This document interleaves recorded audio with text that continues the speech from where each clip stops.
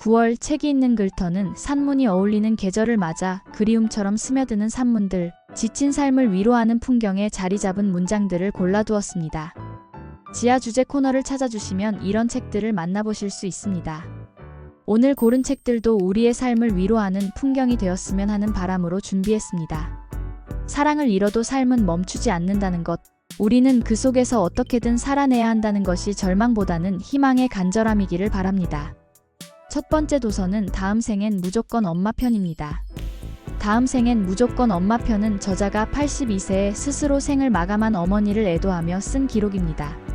평생 일에 몰두해온 그는 엄마의 죽음을 계기로 걸음을 멈추고 함께한 시간들을 돌아보며 글을 남겼습니다. 경양식집에 처음 갔던 따뜻한 기억, 무심히 흘려보낸 순간들에 대한 후회, 목욕탕에서 본 노쇠한 뒷모습의 먹먹함 등은 개인의 애도를 넘어 보편적인 그리움으로 확장됩니다. 그는 죽음을 직시할수록 삶이 선명해지고 남은 삶을 붙드는 힘은 결국 사랑임을 깨닫습니다. 엄마를 향한 감사, 미안함, 아쉬움이 솔직히 담긴 이 글은 우리 모두의 엄마를 떠올리게 합니다. 또한 엄마의 빈자리를 채우려 애쓰던 그 자리에서 아버지의 쓸쓸한 뒷모습과 다정한 손길이 새로운 배움을 선사합니다. 사랑을 잃어도 삶은 멈추지 않는다는 것, 우리는 그 속에서 어떻게든 살아내야 한다는 것이죠. 아버지와 함께 만드는 새로운 일상은 또 다른 기회처럼 다가옵니다.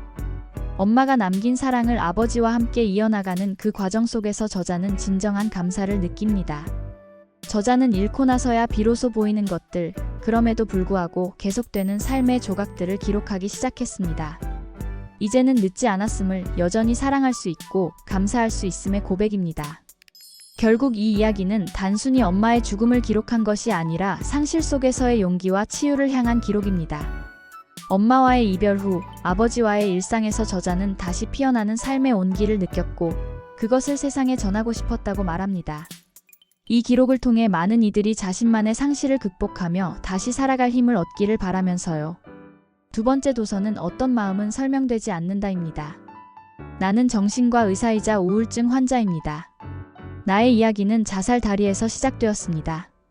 그날 한 남자가 그 다리에서 투신했고 나는 그를 살리기 위해 불려갔습니다.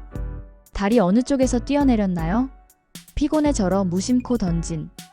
이 질문이 내게 중대한 의미로 다가오리라곤 생각지 못했죠.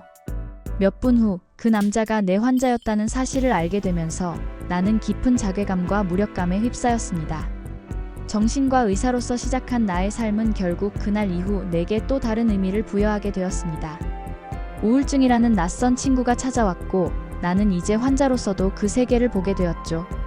내가 늘 환자들에게 처방하던 플로옥세틴, 그것을 직접 처방받으면서 나는 뇌의 신경학적 불균형만으로 고통을 설명할 수 없다는 것을 깨달았습니다. 결국 나는 의사로서 중증 환자들과 교감하고 환자로서 내 내면과 대면하는 이중의 여정을 시작했습니다. 내게 주어진 시간 동안 나는 수많은 환자들을 만났습니다.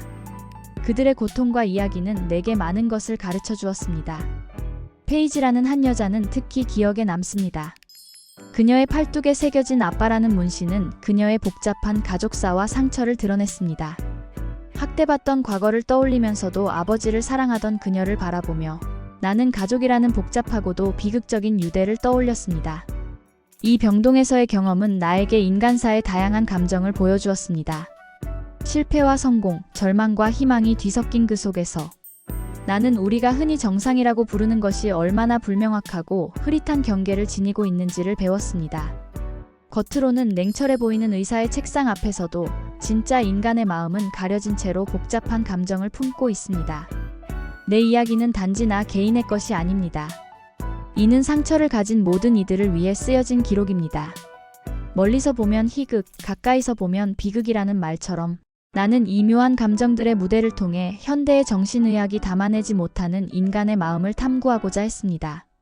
이 회고록은 진솔한 고백이자 복잡한 마음의 여정을 통해 나아가고자 하는 모든 이들에게 작은 위안이 되었으면 합니다. 세 번째 도서는 저 청소일하는데요? 입니다. 안녕하세요. 저는 7년 전 저 청소일하는데요? 라는 독립 출판물을 세상에 선보였던 주인공입니다. 당시에는 그저 생계를 위한 선택이던 청소일이 어느새 내 삶의 중요한 이야깃거리가 되었습니다. 저는 항상 고민했어요. 사랑하는 일을 직업으로 삼을 것인가, 아니면 잘하는 일을 선택할 것인가. 하지만 시간이 지나면서 어느 순간 잘하는 것도 좋아하는 것도 모호해지는 순간들을 맞닥뜨렸습니다. 그때마다 막연한 불안과 걱정에 휩싸였죠.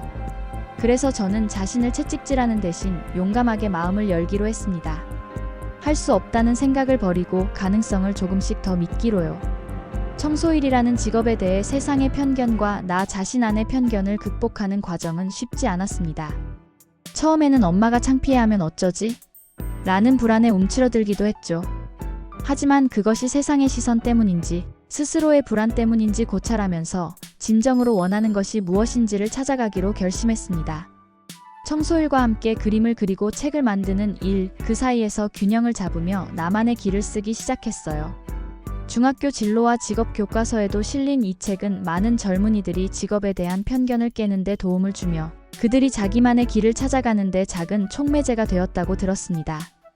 어떤 분들은 제 이야기를 듣고 청소일에 뛰어들기도 했다고 들었습니다. 그런 이야기를 들을 때마다 선택이 주는 힘을 다시금 느낍니다. 제가 이 이야기를 통해 전하고 싶은 것은 세상에는 객관식 정답지 너머에 존재하는 수많은 길이 있다는 것입니다. 우리는 모두 각자의 방식으로 삶을 살아가고 있으며 그 과정에서 다르게 보일지라도 자신만의 경험 속에서 나를 찾아가면 어느새 생각지 못한 아름다운 길 위에 설 수 있다는 희망입니다. 나다운 방식으로 자신의 길을 만들어가고자 하는 여러분께 이 책이 조금이라도 힘이 되기를 바랍니다. 이번 주 신간은 어땠나요? 마음을 움직이게 한 책이 있다면 근처 서점에 가서 둘러보세요. 서점을 둘러보면 훨씬 더 다양한 책들이 기다리고 있습니다. 영상 끝까지 시청해주셔서 감사합니다. 좋아요, 구독은 영상 제작에 큰 도움이 됩니다. 감사합니다.